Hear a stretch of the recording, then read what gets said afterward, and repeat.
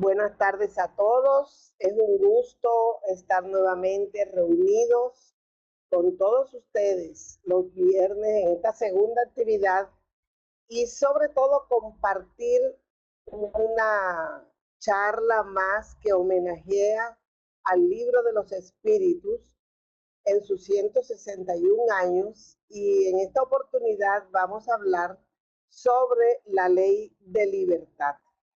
Para eso nosotros un recorrido de cómo nosotros podemos alcanzar esa libertad que representa para nosotros la conquista de nosotros como espíritus inmortales. Antes miramos en el libro de los espíritus, nuevamente encontramos las leyes morales en un número de 10, así como fueron las leyes mosaicas, 10. Esta es la ley número 9, la ley de libertad. En esta ley de libertad, nosotros, para entender realmente cómo el maestro Kardec cuestionó al mundo mayor y cómo obtuvo esa síntesis de todas estas respuestas, que entre otras cosas es el capítulo más largo de las leyes, entonces tenemos también nosotros que sintetizar, pero poder entender cómo se da ese momento de lograr las respuestas que necesitamos todos los seres humanos, entendiendo el origen de nosotros, el caminar que hemos tenido desde la mónada espiritual en los reinos inferiores, atravesando cada uno de todos estos procesos de la animalidad.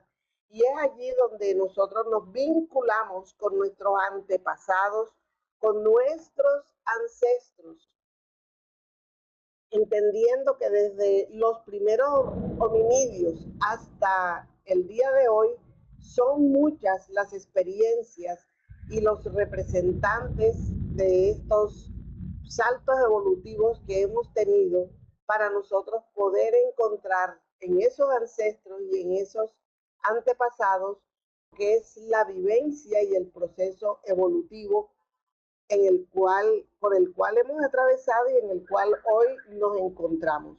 Entonces, cuando nosotros pasamos por estos periodos tan prolongados, por los variados reinos de la naturaleza, adquiriendo experiencias, donde realmente vamos a tener un predominio del área sensorial, abriéndonos las posibilidades para un futuro racional.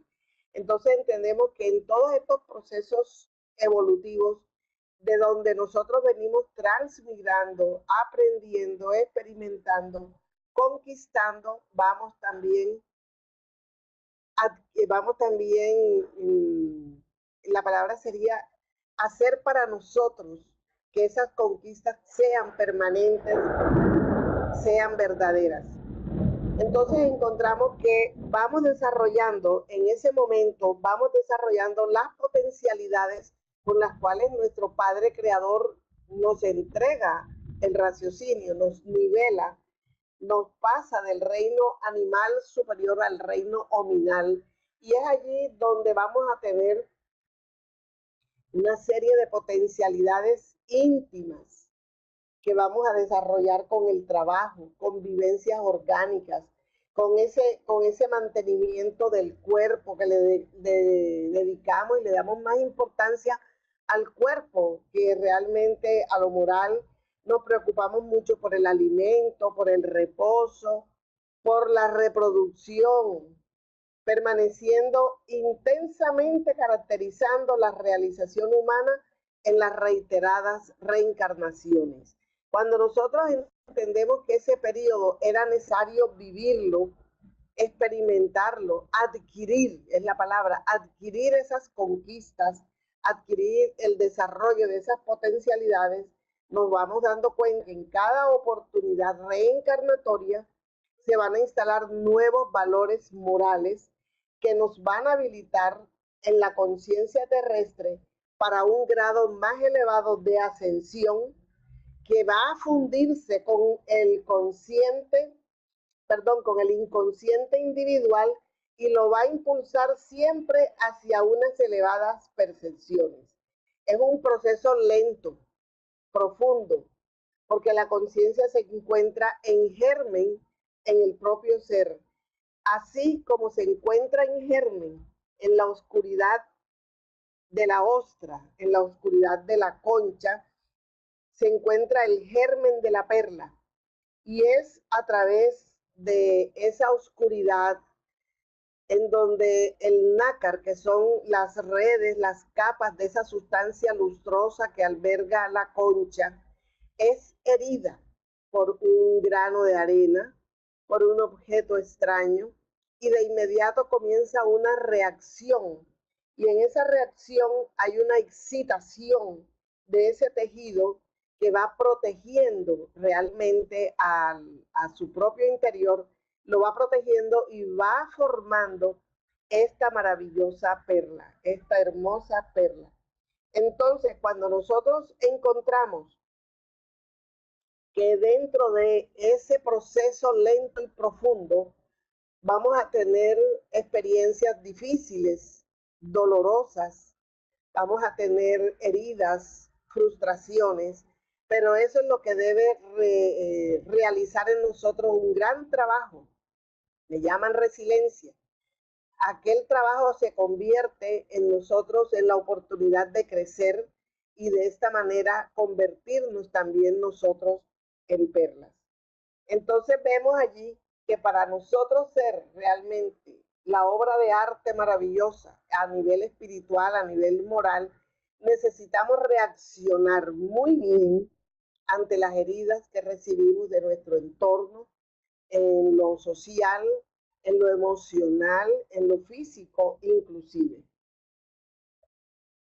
Tenemos entonces de esta manera que hay una necesidad profunda del ser de alcanzar la armonía que el ser quiere alcanzar, y todas esas heridas que se reciben en todos estos procesos y que le permiten crecer, lo van a llevar a encontrar, a buscar la fuente soberana de la vida para integrarse con ella. Esa fuente soberana de la vida no es más que nuestro Padre Celestial. Con ella, sin perder su individualidad, lo logra paso a paso, superando los límites y aumentando la capacidad de comprensión en cuanto al proceso de recurso que va a utilizar es la evolución. Nosotros en estas leyes vamos a encontrar siempre cómo se entrelazan. Se entrelazan porque cuando nosotros hablamos de ley de igualdad tenemos que hablar de ley de libertad. Cuando nosotros hablamos de ley de progreso, de evolución, tenemos que hacerlo con la conciencia libre de lo que deseamos, de los esfuerzos que tenemos que hacer para que esa ley se produzca en nosotros a plenitud. Entonces, todas las leyes morales están entrelazadas en nuestra vida para que nosotros hagamos el trabajo correcto que debemos hacer. De este modo, el ser espiritual es portador de su inconsciente profundo, de todo un arsenal de experiencia que le es necesario para la autoconciencia, la cual se desarrolla en las numerosas experiencias de vida orgánica a través de las múltiples reencarnaciones. Entonces, la conquista de la conciencia se hace posible la independencia de cada uno de nosotros, que seamos individuales, que el hecho de alcanzar esa autoconciencia, el hecho de equilibrarnos, de querer buscar la fuente soberana de la vida sin perder la individualidad, lo mismo le sucede a nuestros hermanos. Ninguno pierde su individualidad. De modo simultáneo con la vivencia armoniosa que vamos a tener en la comunidad por el crecimiento que vamos adquiriendo, en la que se haya ubicado cada uno de nosotros para evolucionar, contribuyendo de esta manera a la fraternidad auténtica, porque solamente a través de esa fraternidad, mediante el intercambio de los sentimientos y realizaciones, es posible conseguir la unión con el pensamiento cósmico. trabajar con nuestro prójimo en comunidad nos vincula a la ley de sociedad.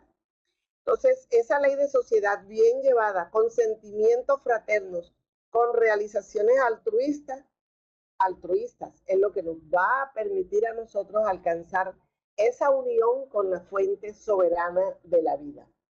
Es un proceso que avanza desde lo simple a lo compuesto, de lo oscuro hacia lo claro, de la ignorancia hacia la comprensión, de la muerte hacia la inmortalidad, con toda su realidad de vida y bendiciones.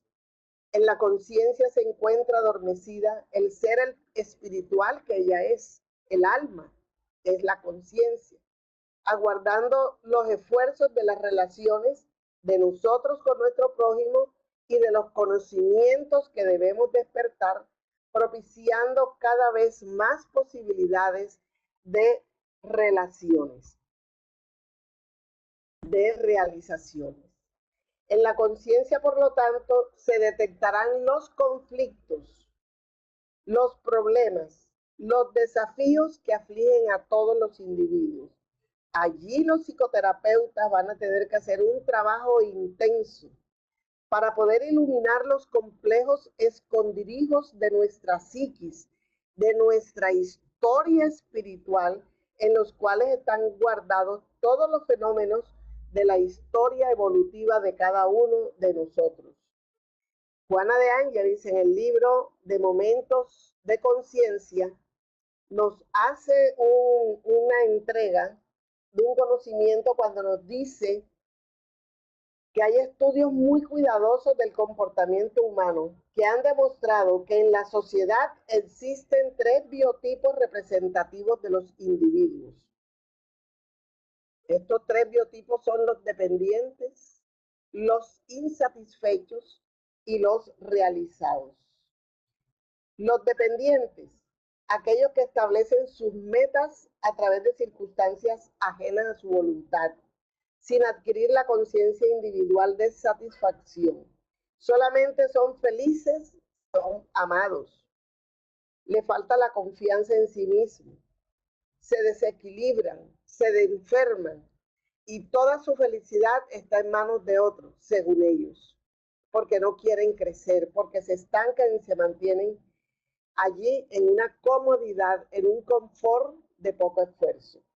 Los insatisfechos son aquellos que sienten rabia por la vida, son los resentidos de la vida, están en contra de todo, son irritables, inconstantes, autodestructivos, se agreden y agreden a todos, se vuelven presa fácil de los disturbios nerviosos y se arrojan al pozo de la sobreexcitación, cayendo en tensión y luego en las fases indirectas o directas del suicidio.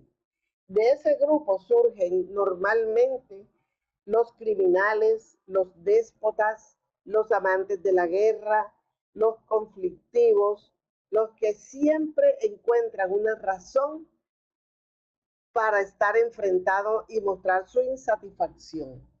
Y por último, los realizados. Son seres equilibrados, optimistas, tranquilos, son candidatos a triunfar en lo que se dediquen, sus liderazgos son creativos, enriquecedores y dignos. De ese grupo salen los que buscan la verdad, el progreso de la comunidad, los genios creadores y los ejemplos de sacrificio.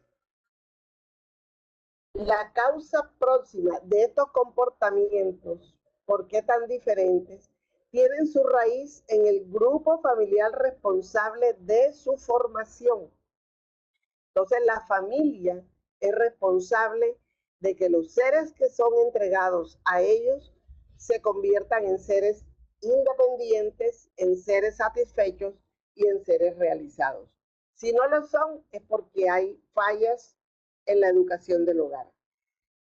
Nos dice Juana de Ángelis, quien no recibe amor no sabe darlo, no lo posee y no podrá repartirlo.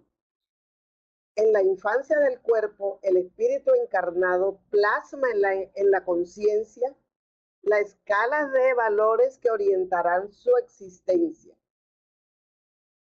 Conforme el niño sea tratado, él tratará a los demás.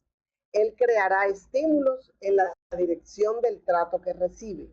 El cariño en la infancia, el amor y la ternura, junto al respeto, son fundamentales para una vida saludable que lo lleve a la plenitud. ¿Dónde consigue todo eso? En el núcleo familiar. Tan importante. El espíritu reencarna para progresar mediante el desarrollo, incremento y perfeccionamiento de sus aptitudes, las cuales duermen en su conciencia profunda. Allí, en ese transportarse, transmigrar de cuerpo en cuerpo, de reino en reino, traemos todo ese historial guardado, archivado. La educación del niño desempeña un papel de fundamental importancia para su conducta durante toda la existencia. Y los padres, los educadores, los adultos en general, son los modelos del niño, quien los amará copiándolos o los detestará imitándolos inconscientemente. Entonces hay una gran responsabilidad en los tutores, en los padres, en los maestros, en los adultos que están cerca del núcleo familiar, por aquella conducta que presenten delante del niño que está en su proceso de formación emocional y moral. Las grandes personalidades poseían una conciencia de comportamiento superior. ¿Cuáles podrían ser esas grandes personalidades? Seres que sobresalen por aquellas cualidades morales que ponen al servicio de su prójimo. Y ellos se apoyan en los recuerdos del hogar. ¿Por qué son así de adultos? Porque recuerdan en el hogar el cariño de los padres, de los abuelos, de los maestros. Sus reminiscencias fueron ricas de belleza, bondad y amor, con los que se equiparon para enfrentar los desafíos. Qué importante esto. No es el confort, no es los lujos, no son los juguetes, no es la riqueza material, es el cariño con que realmente, el amor y la bondad con que realmente fueron equipados y preparados para los desafíos de la vida.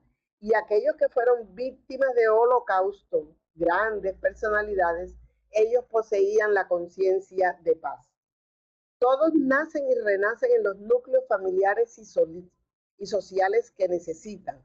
Es decir, todos nacemos y reencarnamos en los grupos sociales y familiares que son necesarios para nuestro perfeccionamiento. Las condiciones psicosociales, económicas y las cargas de los genes y los cromosomas forman los cuadros de los procesos de mejoramiento moral espiritual que resultan de la reencarnación que acrisola los dispositivos individuales para la evolución. Entonces tenemos muchos factores: el ambiente, el amor, la bondad, la armonía del hogar, y juega un gran papel los genes y los cromosomas, porque ellos van a ser parte del mapa que va a servir de ruta a esa existencia, pero nuestra reencarnación se va a acrisolar, se va a purificar y a perfeccionar con los recursos que cada uno trae de su propia evolución. Entonces vamos a tener la madurez psicológica, vamos a adquirir esa madurez psicológica que tiene un curso muy accidentado, hecho de acontecimientos y repeticiones, por formar un cuadro muy complejo de la individualidad humana. Aquí hacemos un paréntesis para destacar la importancia del hogar y del amor que debemos a los hijos. Y nos dice un mensaje: para estar mañana en el recuerdo de tus hijos, debes estar presente en sus vidas hoy. Las grandes personalidades poseían una conciencia de comportamiento superior y se apoyaban en los recuerdos del hogar. El amor es la llama ardiente que atrae ofreciendo calor y luz al mismo tiempo que se alimenta con paz. Entonces, lo importante del amor en las primeras etapas de la vida nuestra, de nuestros hijos y lo que vamos a dejarle a ellos para que conformen sus nuevos núcleos, sus nuevos hogares.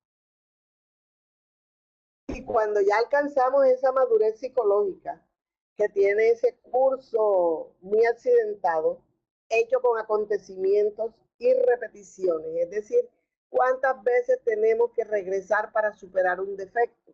3, 4, 5 existencias. Entonces esas son las repeticiones que se convierten en ese cuadro complejo de nuestra existencia humana.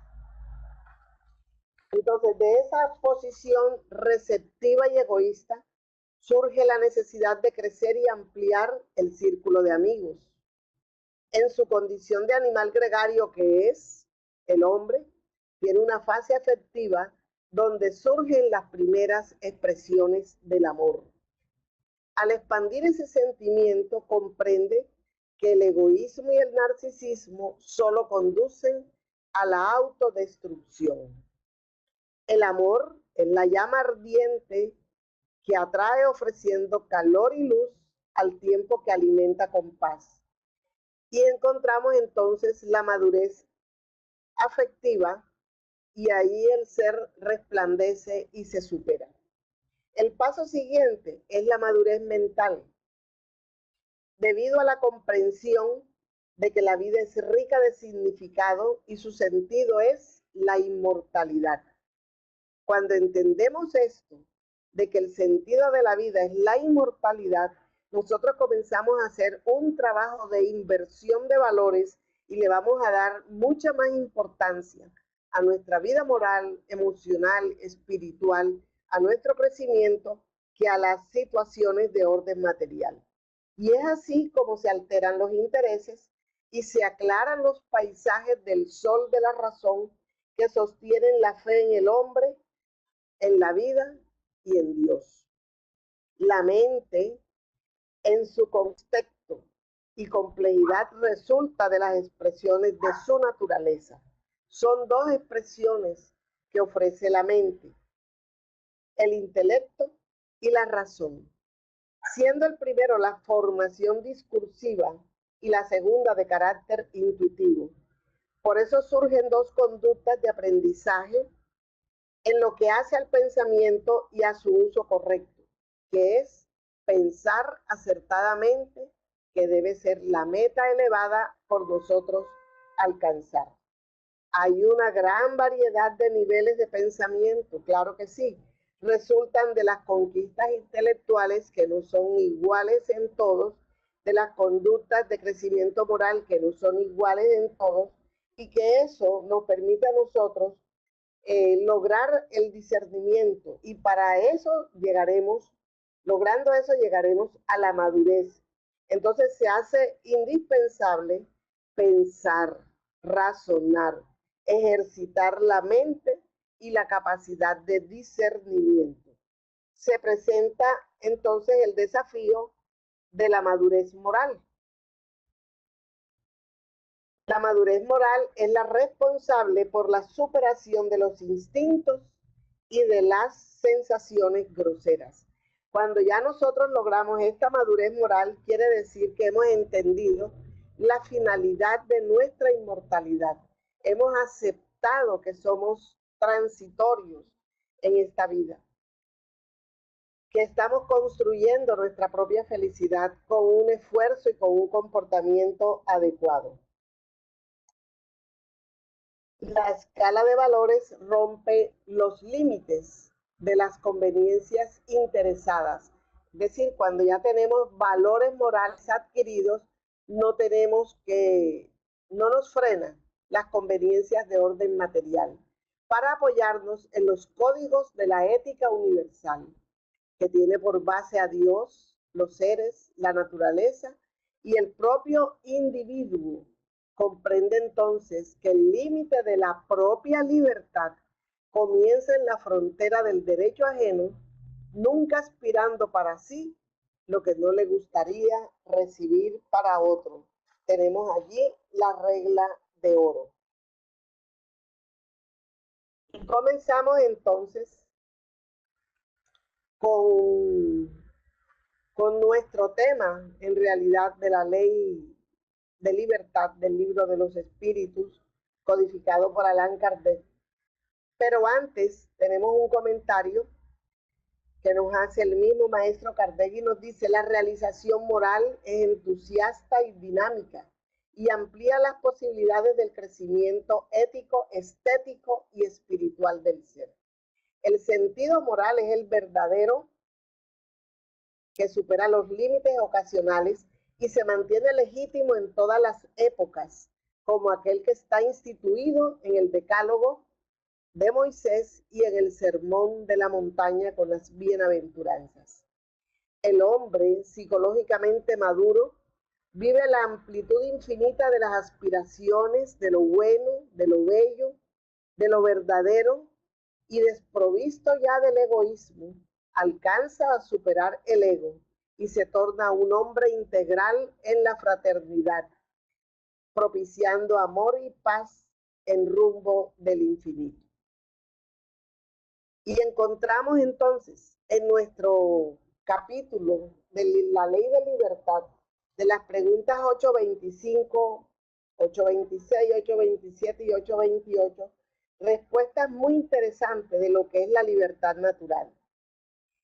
Y no hay en el mundo, dicen los instructores, posición en la que el hombre pueda jactarse de disfrutar una libertad absoluta, porque todos nos necesitamos mutuamente, tanto los pequeños como los grandes. Solo en la condición de ermitaño, en el desierto, tan pronto estén dos hombres juntos, tienen derechos que respetar y ya no gozan de la libertad absoluta. El hombre tiene la obligación de respetar los derechos del prójimo, sin perder el derecho de ser dueño de sí mismo, porque ese es un derecho que le concede la naturaleza. Muchos hombres comprenden la ley natural y no pueden ponerla en práctica, porque no han erradicado de su alma el orgullo y el egoísmo, y solo lo hacen cuando realmente buscan un beneficio personal. Entonces allí el hombre simple, pero sincero, está más adelantado en el camino hacia Dios que el hombre instruido e inteligente que aparenta ser lo que no es. Y nos remitimos a este momento del diálogo maravilloso de Jesús con Nicodemo, en donde el maestro de Jerusalén, Nicodemo, no entendía lo que era nacer de nuevo. Y sorprendido el maestro con la ignorancia el maestro Jesús, con la ignorancia de Nicodemo en este respecto, y con todo respeto le explica: el espíritu es libre, libre, y sopla donde quiere, de conformidad, sopla donde quiere, mas no sabemos de dónde viene y hacia dónde va. Esto fue lo que estableció Jesús en este diálogo. Pero cuando se encuentra sometido a cualquier clase de coerción, ya no puede alcanzar la meta evolutiva a la que está destinado. Y es allí donde la ley de libertad comienza a ser una entrega dada por los espíritus que nos empiezan a brindar realmente todo aquello que nosotros hemos venido estudiando para entender que la esclavitud es realmente el abuso de las ventajas intelectuales o económicas, el creer que hay razas superiores, el creerse dueño de otro ser humano, el desconocer que esos seres humanos tienen realmente todas las posibilidades de instruirse, de crecer y de prepararse.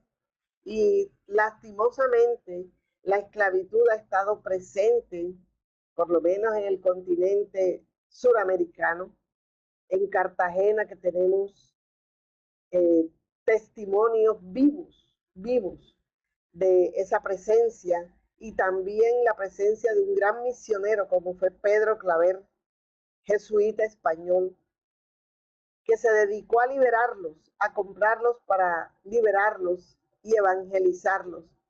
Por eso tenemos tanta admiración y respeto y veneramos a Pedro Claver, porque él fue para nosotros en Colombia y especialmente en Cartagena el liberador de estos hombres, porque él entendió que realmente no había derecho de obligar a otro a ser tratado como animal con brazos, solamente para el trabajo material, con mucho abuso. Tenemos en este capítulo de la ley de libertad, la libertad de pensamiento y la libertad de conciencia. Y encontramos entonces que por el pensamiento el hombre goza de libertad absoluta. Es decir, podemos pensar todo lo que se nos ocurra. Ahí nadie nos pone freno. Claro que eso tiene consecuencias también. Pues el pensamiento no conoce obstáculos. Se puede impedir su manifestación, pero no se puede aniquilar. No podemos aniquilar el pensamiento. Dios, que conoce nuestros pensamientos, Él nos condenará o nos dará la absolución según su justicia. Entonces miramos que es por el pensamiento donde nosotros podemos tener esa libertad absoluta. Y pertenece al hombre la conciencia, que es un pensamiento íntimo como los otros pensamientos. Y así como no ponemos obstáculos a la libertad de pensar, no pondremos obstáculos a la libertad de conciencia, que será juzgada por Dios. Entonces encontramos también que la libertad de conciencia es uno de los caracteres de la verdadera civilización y del progreso. Y pertenece al hombre la conciencia de ese pensamiento íntimo. La libertad de conciencia es uno de los caracteres de la civilización y del progreso. Debemos respetar todas las creencias cuando son sinceras y conducen al bien, y sería reprensible si nosotros ofendemos porque tales creencias no las compartamos. Faltamos a la caridad y atentamos contra la libertad de pensar de otros. ¿Y qué sería de nosotros sin el libre albedrío? La libertad de pensar le ofrece al hombre la libertad de actuar. De lo contrario, sería una máquina, seríamos una máquina. ¿Mediante qué señales podemos reconocer a la doctrina que tiene el derecho de presentarse como verdadera? Será la que haga más hombres de bien y menos hipócritas. Hombres que lleven a la práctica la ley del amor y de la caridad en su mayor pureza. La que establece demarcación entre los hijos de Dios solo puede ser una doctrina falsa y perniciosa. El libre albedrío existe en el estado de espíritu errante, porque nosotros antes de reencarnar hacemos la elección de nuestras existencias, de las pruebas que deseamos pasar para poder adelantar. Cuando tenemos la lucidez en la erraticidad y comprendemos el tiempo perdido, nos llenamos de mucho valor y entonces deseamos que se nos otorguen las dificultades que según nosotros antes de reencarnar tendremos fuerzas para resolver.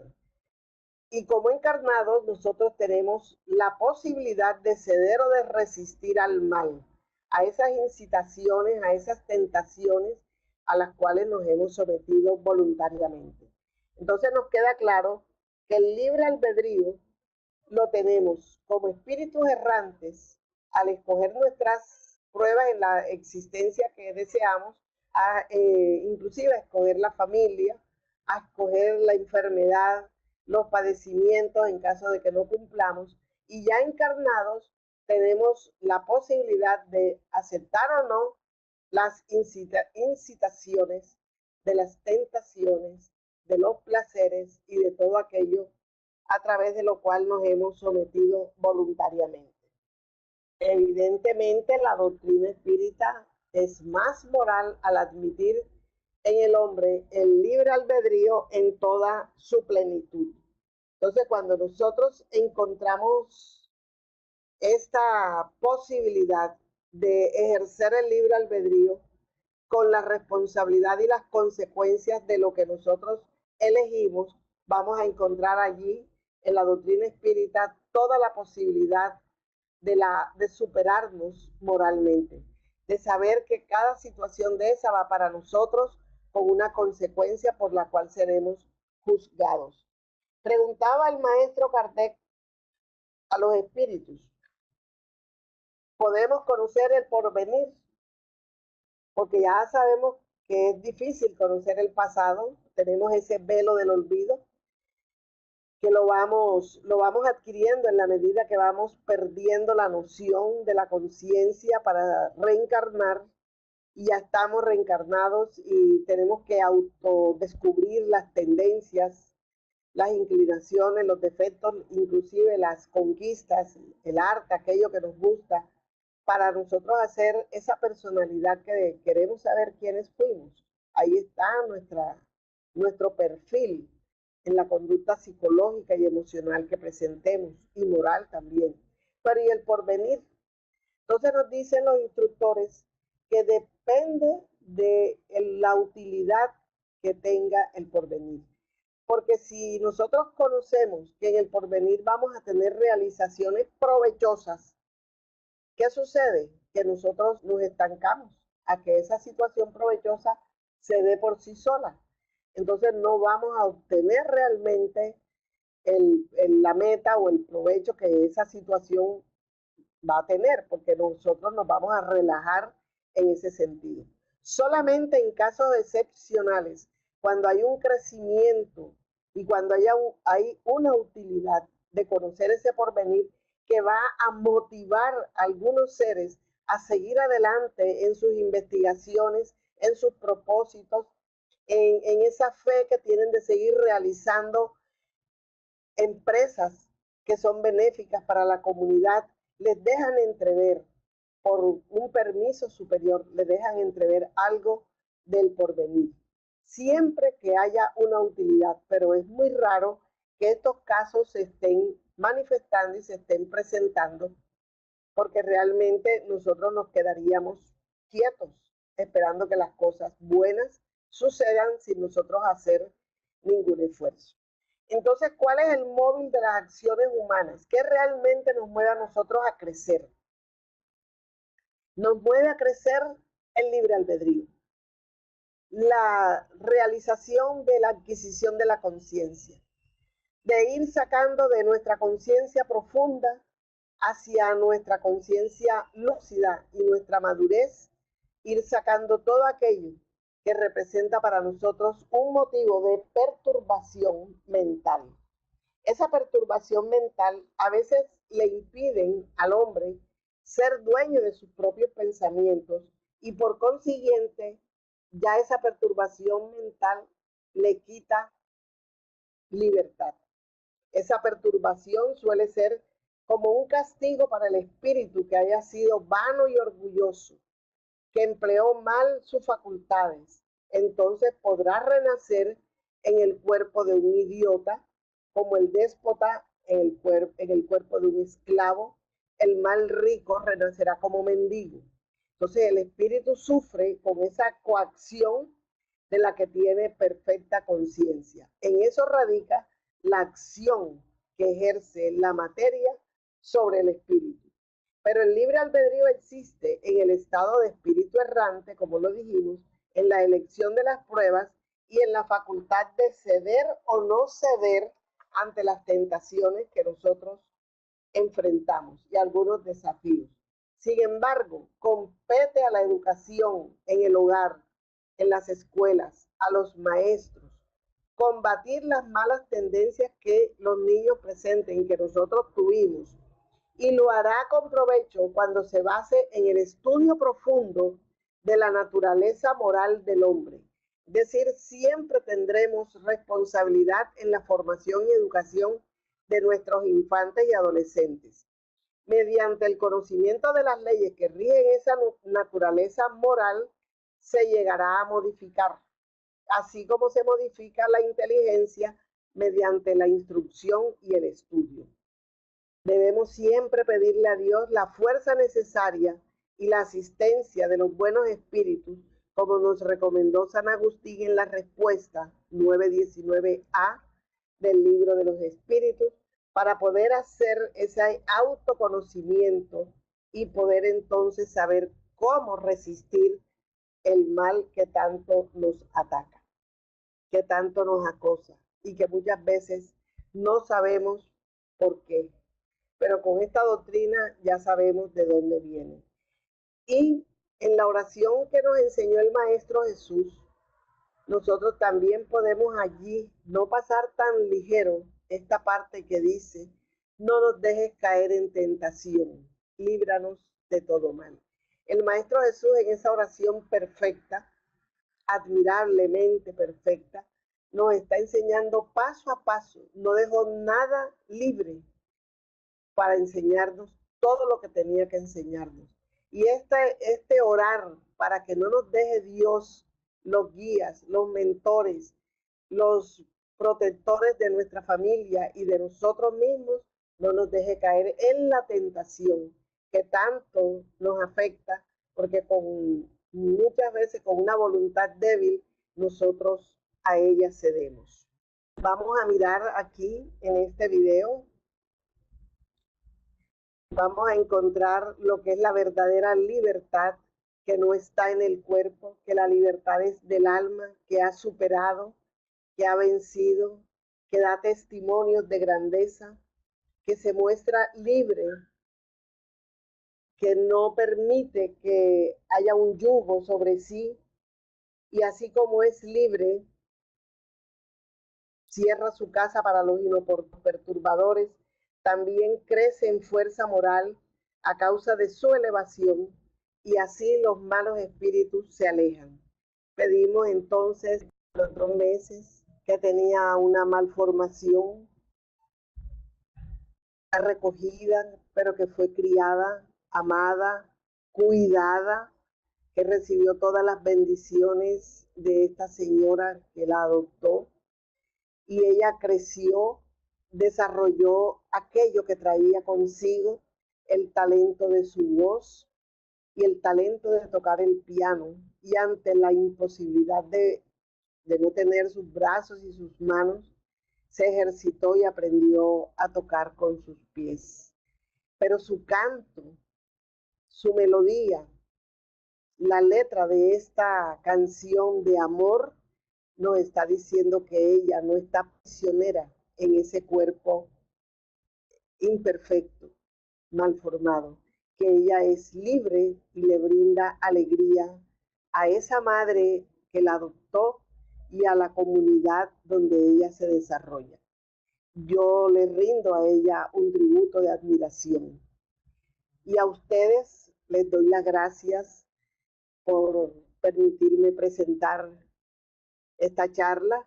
Y esta perla significa que esta niña que fue, digamos, maltratada por la vida, entre comillas, aparentemente abandonada, rescatada, pero bien criada, ella en su crecimiento pudo lograr formar muchas capas de nácar de amor para hacer la perla que ella realmente es hoy. Esa es la invitación, que nosotros reaccionemos realmente como debemos reaccionar, con muchas capas de nácar de amor, y hacer de nuestra vida, de nuestra personalidad, perlas. Ojalá un collar de perlas. A todos ustedes, mis hermanos, mis amigos, muchísimas gracias.